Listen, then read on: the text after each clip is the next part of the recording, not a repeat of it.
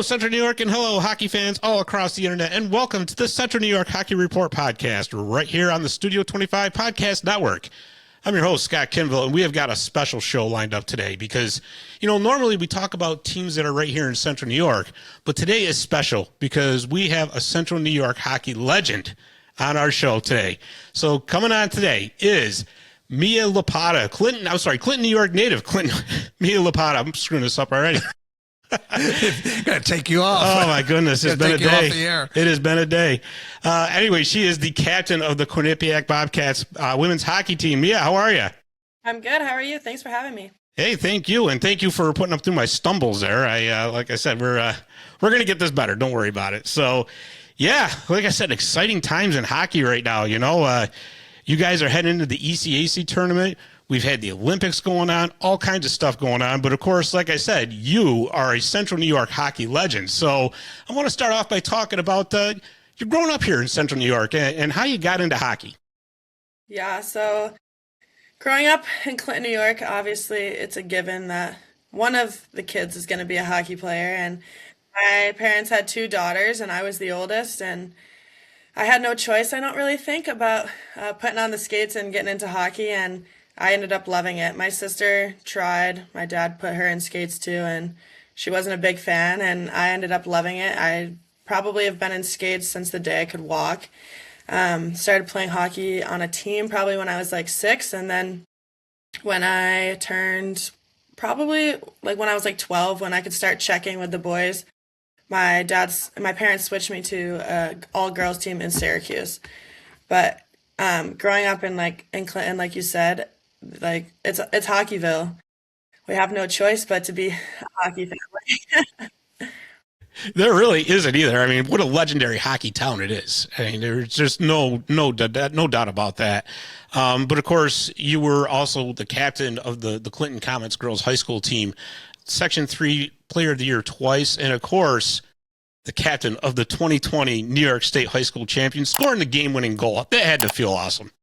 Yes, it did. It feels like forever ago, but that still is one of my top 5 hockey moments of my career.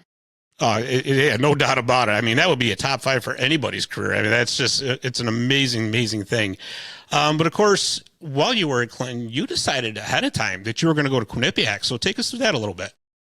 Yeah, so the recruiting process for me started really early. Now the rules are much different, and you can't commit that early, but I committed the summer going into my sophomore year, I think, which is crazy. Like, I get memories that pop up, and it's like me visiting Quinnipiac and committing, and I'm like, oh my gosh, like that was so long ago. And actually one of my professors in the School of Education now, and she's my advisor in my graduate program, she worked with me before I even came to Quinnipiac, so it's kind of fun that it comes full circle. But yeah, so I remember the first time I ever visited Quinnipiac, I hadn't even talked to any coaches yet, and my dad was like, let's go, and I was like, no, Dad, like, I'm not going to school in Connecticut, like, why are we even going to visit? And he was like, no, come on, Mia, like, let's go check it out, like, we're here, we're gonna go look. And I was like, okay, and we took the back roads in, and as soon as we drove by campus, I was like, I think I want to go here, like, I really, like, there's something about this place, I really like it. And like I said, I hadn't talked to the coaches yet, so I just had that gut feeling right away. And then I went to USA development camps and started to talk to coaches, and Cass had reached out, and from there it just took off. Yeah, and so of course ECAC connection, right? Your dad played for Clarkson, and of course Colgate right here in Central New York. So were there any other schools in the mix? For me, not really. Immediately, I've known since I was in kindergarten that I want to be a teacher. And so right away, I had to eliminate schools that don't have that program.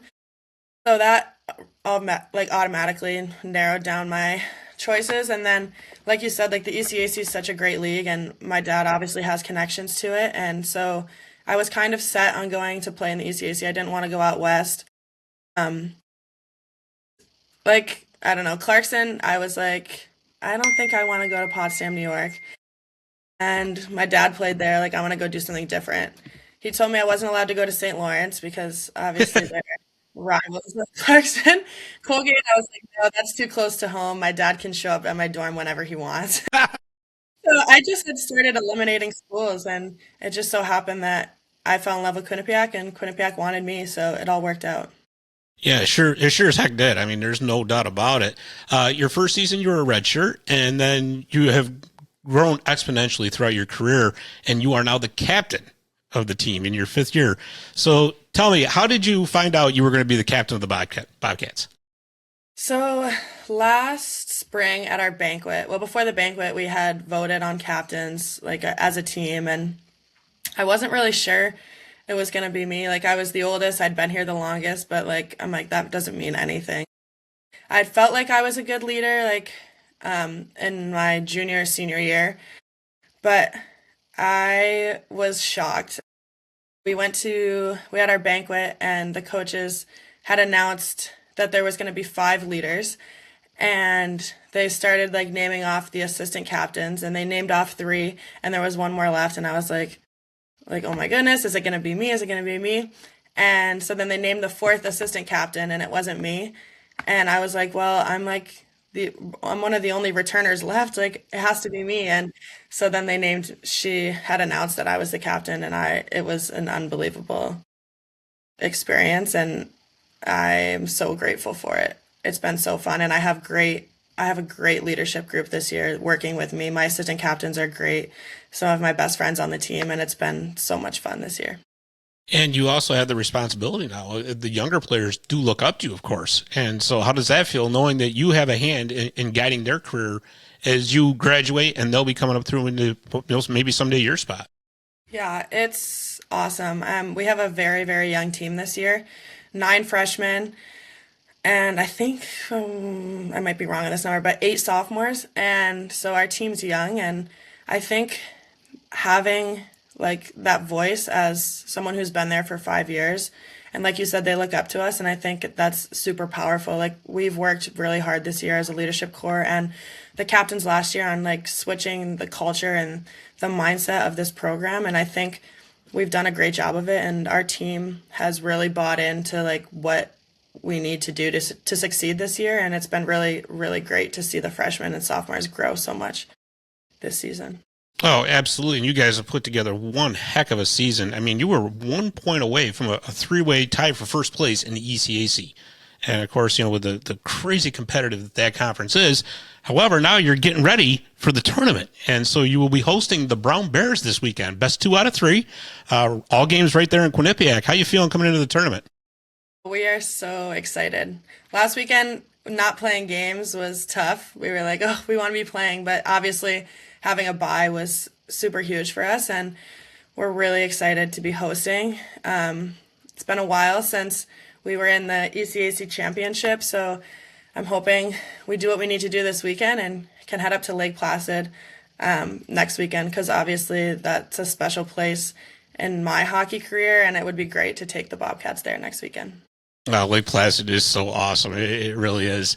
And of course, obviously your career is not over yet, but what are looking back at your time at Quinnipiac, what are some of your favorite memories? Oh, I mean, obviously we have done a lot in my 5 years here, but I would say top memories are probably going to the NCAA tournament. My freshman and sophomore year, both times out to Ohio. And those were some awesome memories. But nothing tops going to Ireland this past year. We went and played in the Friendship 4 tournament, and that was an unreal trip and experience with this group. And then playing at Fenway a few years ago was also amazing. We've had so many amazing opportunities here, and it's been great. I got to ask you, were you out in the rink thinking to yourself, you know what? I bet you I could fire a puck over the Green Monster. I wasn't, no. It would have been awesome if you did those.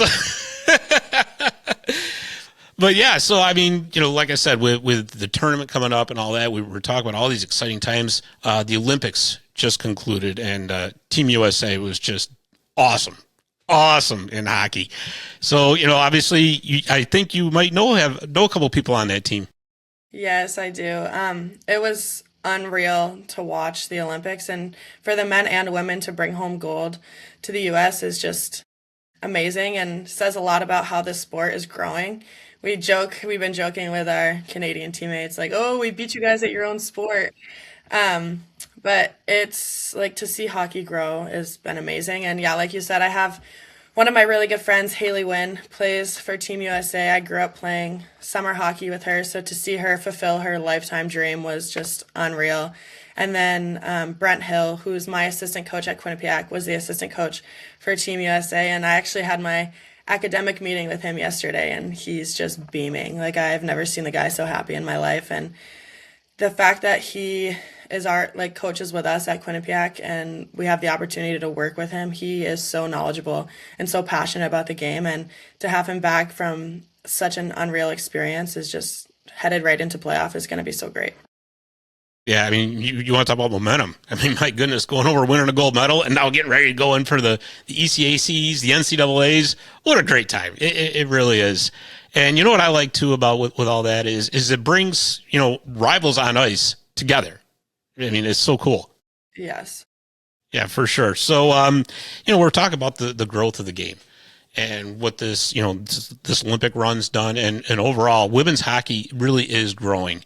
And of course, now the PWHL is taking off. And I think it's provided such a wonderful opportunity for the women players coming out of college and all that to continue their careers.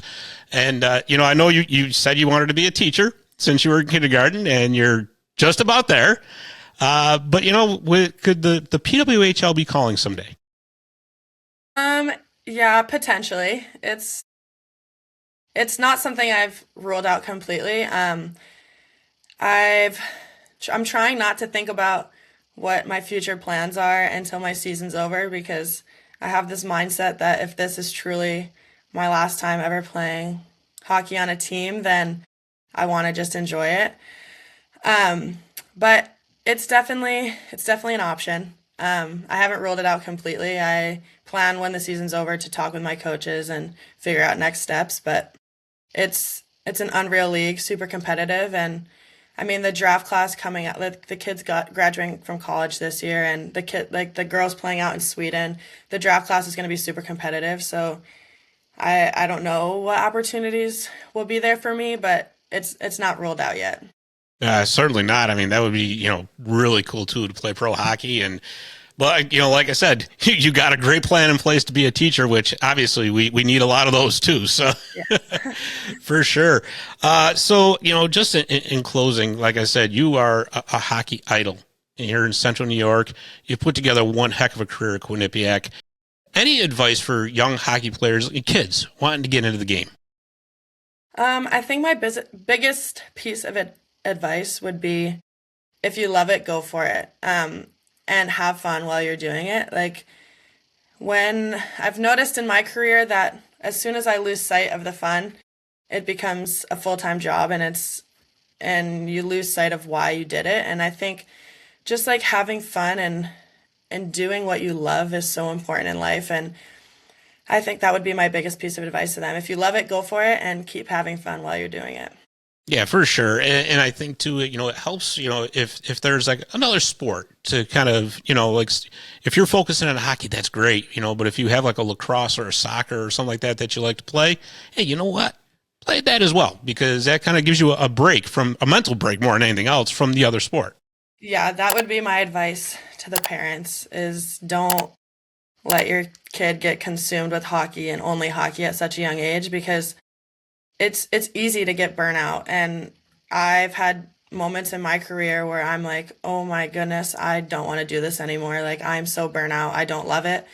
And I think that being able to play other sports growing up, like, was a nice break from that. If I had only played hockey 12 months a year from the day I started playing hockey, like, I probably wouldn't have made it to college and still be loving it now.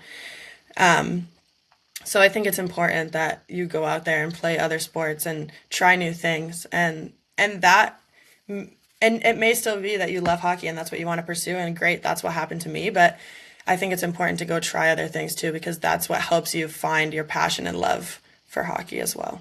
Yeah, for sure. And that's very great advice. And definitely something that the kids and the parents should be listening to out there. Well, Mia, thank you for taking the time to come on and talk with us. We really appreciate it. We love having you on the show, and you are welcome back anytime you want to come back on. Thank you. Thanks so much for having me. No, thank you. And best of luck in the ECAC tournament and going forward. Thank you. All right. Take care, Mia. Thank you. Thank you. All right. Good night. All right, so that was Mia Lopata of the Quinnipiac Bobcats, and like I said, Central New York hockey legend. So happy to have her on the show, and like I said, we hope she comes back on again sometime soon.